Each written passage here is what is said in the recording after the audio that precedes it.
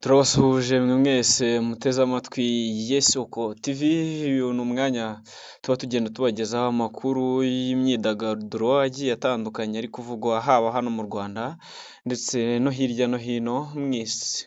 Njye mugiye kubana muri aka kanya hano kuri Yesoko TV ndi Daniel Niyonkuru, reka wenda mbabwire bimwe muri bike turi buze kugenda tuvugaho biri kugaruka muri iyi si y'imyidagaduro.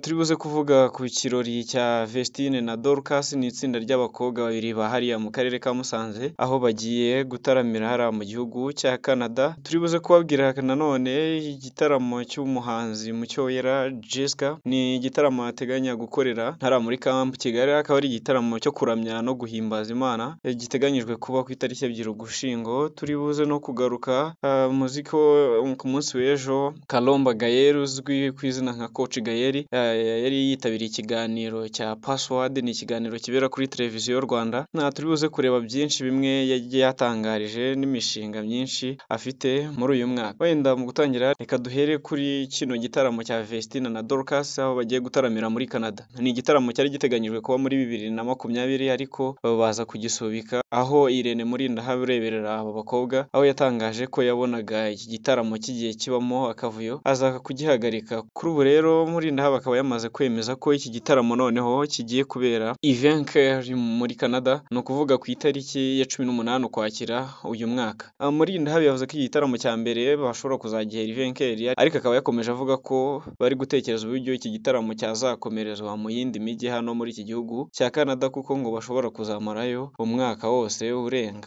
Ubundi amazina yabo bwite aba ngaba ni Ishimwe Vestine ndetse na Kamikazi Dorcas, akaba ari abavandimwe b'abahanzi bagezweho muri iyi minsi mu muziki wa gospel nyarwanda, no kuvuga umuziki wo kuramya no guhimbaza Imana. Bakaba baratangiye urugendo rwabo mu mwaka w'ibihumbi 2018, aho batangiriye baririmba mu rusengero, ndetse zimwe mu ndirimbo zabo zikaba zaratangiye kujya hanze. Tukaba tubazi mu ndirimbo nka Adonai, Nahawe Ijambo, Ibuye, akaba indirimbo zabo zikunze kugaragaramo ubutumwa bushimangira ko Imana ikora ibikomeye mu buzima bwa muntu. Kuri ubu bakaba bari kwagura umuziki wabo binyuze mu ndirimbo bagenda bandika mu Giswahili, mu rwego rwo kwagura ubutumwa bwabo mu ruhando mpuzamahanga. Tuvuye kuri iki gitaramo cy'aba bakobwa kandi reka tubabwire ku gitaramo cya Mucyowera Jessica, uri mu bahanzi bagezweho nawe muri iyi minsi mu muziki wo kuramya no guhimbaza Imana. Akaba ari mu myiteguro y'igitaramo azamurikiramo album ze ebyiri za mbere, akaba arizo za mbere. Igitaramo kikaba kizabera muri ka Kigali, ni ukuvuga ku itariki 2 Ugushyingo muri uyu mwaka w'ibihumbi 2025. Mucyowera twaba tumuzi mu ndirimbo nka Yesu Arashoboye, Jehova Adonai ndetse n'izindi zigiye zitandukanye. Uyu akaba ari mu myiteguro y'igitaramo yise Restoring Worship Experience. Ubundi mu buzima busanzwe uyu Mucyowera ni umubyeyi w'abana 7 barimo 4 yabyaye ndetse na 3 arera, akaba yararangije amasomo ya kaminuza mu bijyanye n'icungamutungo. Uyu mubyeyi usibye kuba ari umuririmbyi, ni n'umwanditsi w'indirimbo, aho yanditse zirimo Injia Bola ndetse n'izindi zirimo Ndabihamya, Shimwa n'izindi zigiye zitandukanye. Muri iki gitaramo rero cy'uyu mama afata nk'icyo gutangiza urugendo rwe rw'umuziki, akaba azamurika album ze ebyiri yatangiriyeho umuziki mu myaka 4 amaze awukora. Izo album harimo iyitwa Yesu Arashoboye, yitwa Imana Ikomeye, akaba yaratangiye kuzikoraho kuva mu mwaka w'ibihumbi 2020, akaba aribwo yafataga icyemezo cyo gutangira gukora umuziki ku giti cye, ahereye ku ndirimbo yise Elohi. Twese turayizi cyane, ni indirimbo yamamaye hano mu gihugu cyacu cy'u Rwanda. Uretse kuba Mucyowera azataramira abakunzi b'umuziki we, iki gitaramo byitezwe ko kizagaragaramo na True Promises, ni ukuvuga ni korali yitwa True Promises na Alarm Ministries, mu gihe Apotre Mignone Kabera ari we uzababwiriza abazaba bitabiriye iki gitaramo. Tuvuye aho kandi murabizi ko kuri televiziyo nkuru y'igihugu hacaho ikiganiro The Password. Ku munsi w'ejo rero bari batumiye Kalomba Gael umaze kumenyekana hano mu Rwanda ku izina nka rya Coach Gael mu myidagaduro ndetse no muri siporo nyarwanda, aho yatangaje bimwe mu bintu azaba yaragezeho mu myaka 10 iri imbere. Ibi yabigarutseho nyine muri iki kiganiro cya Password gitambuka kuri televiziyo y'igihugu, gitumirwamo abantu bagiye batandukanye bakanaganiriza urubyiruko ku kwiteza imbere, aho uyu mugabo Coach Gael amashusho afite muri telefone agaragaza intumbero afite muri iyi myaka 10 iri imbere. Hakaba harimo ibintu byinshi bigiye bitandukanye. Uyu Coach Gael w'imyaka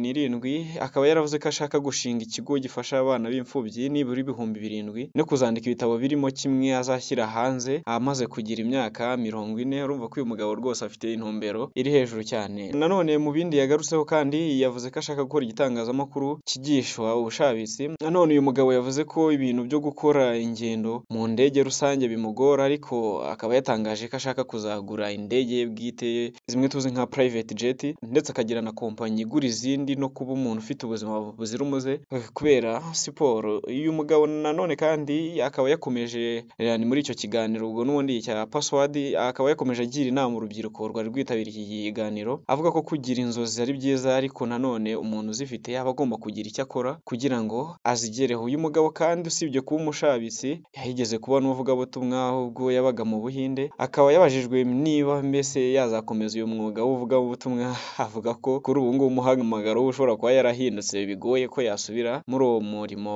w'ivugabutumwa. Nubwo tubona twebwe ko Coach Gaël afite twavuga ko afite agatubutse, ariko we uyu munsi yavuze ko rwose ataragera ku rwego yifuza, kandi ko ateganya kuzakora ibintu byinshi, aho yavuze ko ikintu cya mbere ari ukwigirira icyizere, kandi ko ngo ahora yiga, bityo ko ngo ibintu byose yifuza kugira azabigeraho binyuze muri ya ntumbero afite y'imyaka 10.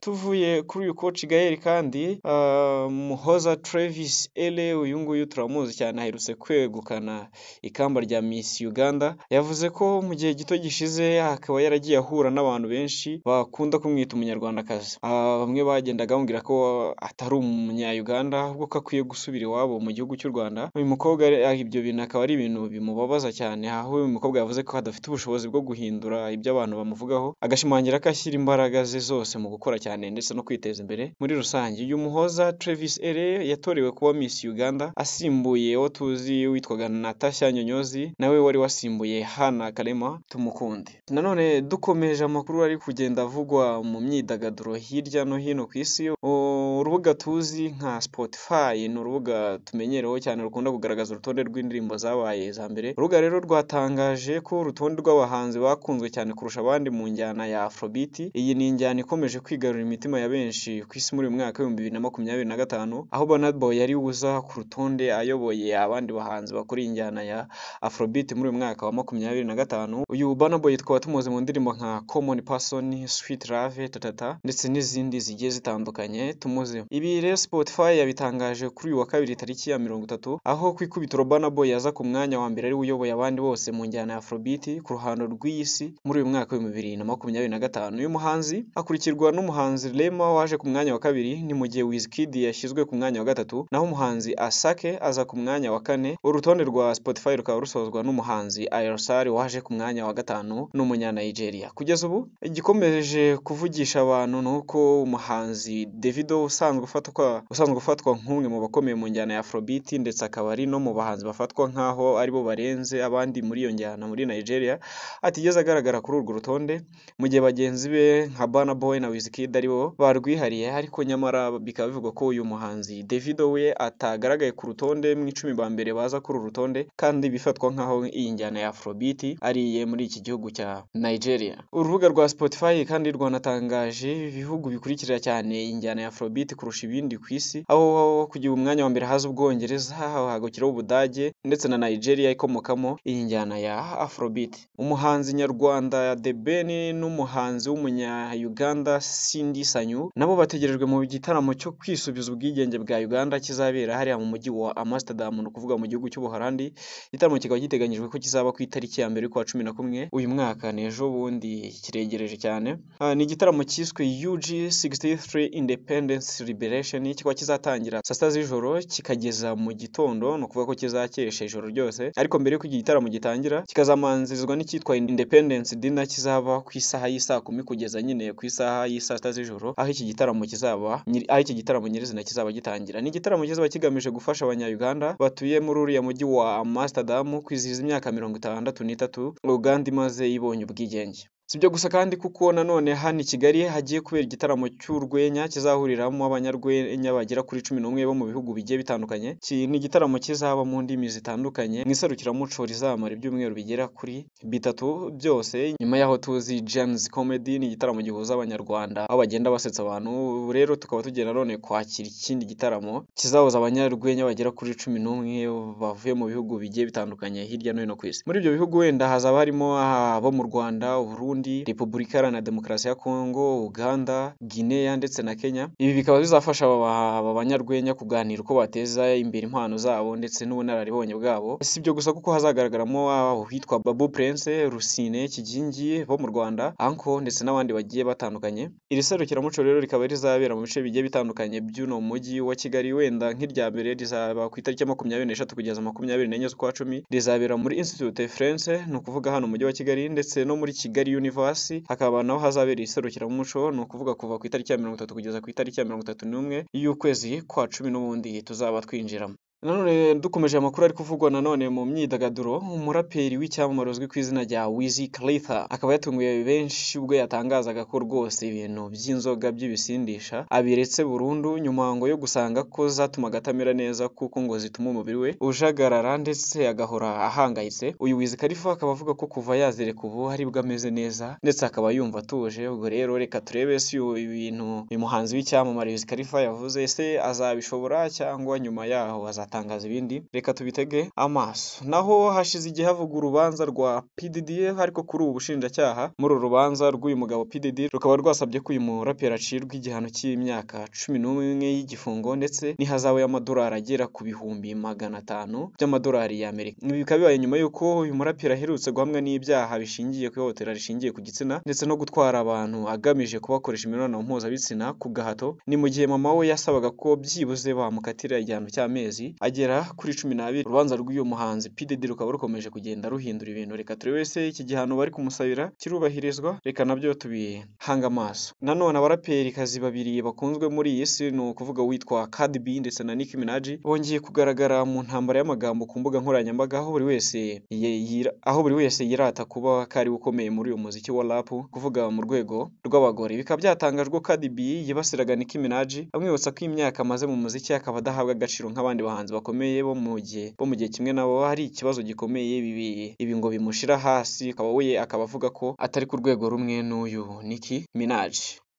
Uyu Cardi B akaba yagendaga abwira uyu Nicki Minaj ko amaze imyaka 16 mu muziki, ariko ko atakigereranya nabo batangiriye rimwe nka Rihanna, Taylor Swift, Drake ndetse n'abandi, ngo atakigereranya nabo ahubwo ari hasi yabo. Ibi aheraho avuga ko rwose atari ku rwego rumwe n'uyu Nicki Minaj, ariko Nicki Minaj nawe akaba yamusubije amutera urwenya agaragaza ko album ya Cardi B icuruzwa ku giciro gito cyane, avuga ko yacurujwe ku madolari 4.99, aho yakomeje anamusezeza ko yandika rwose indirimbo ze mu buryo bubi cyane, bityo ko atakwiye kuba amwishongora. Abakurikirana hafi uyu muziki bakaba bavuga ko uru rugamba rushingiye ku kugaragaza ubudahangarwa n'icyo wari umuziki, ariko rukaba rufite isura yo kwibasira umuntu ku giti cye. Intambara yabo ikaba ikomeje gukurura ibitekerezo byinshi by'abafana ku isi yose, bigaragaza uburyo isiganwa ry'icyubahiro umuziki w'abagore rigenda rikomera. Aya rero akaba ariyo makuru agenda avugwa mu myidagaduro twari twabateguriye kuri uyu munsi, mbashishikariza gukora like na follow kugira ngo mubashe kubona n'ibindi biganiro bigiye bitandukanye tubagezaho hano kuri YouTube channel ya Yesco TV. Naho njye mwabanaga muri iki kiganiro ndi Daniel Niyonkuru, reka twongere duhure undi munsi.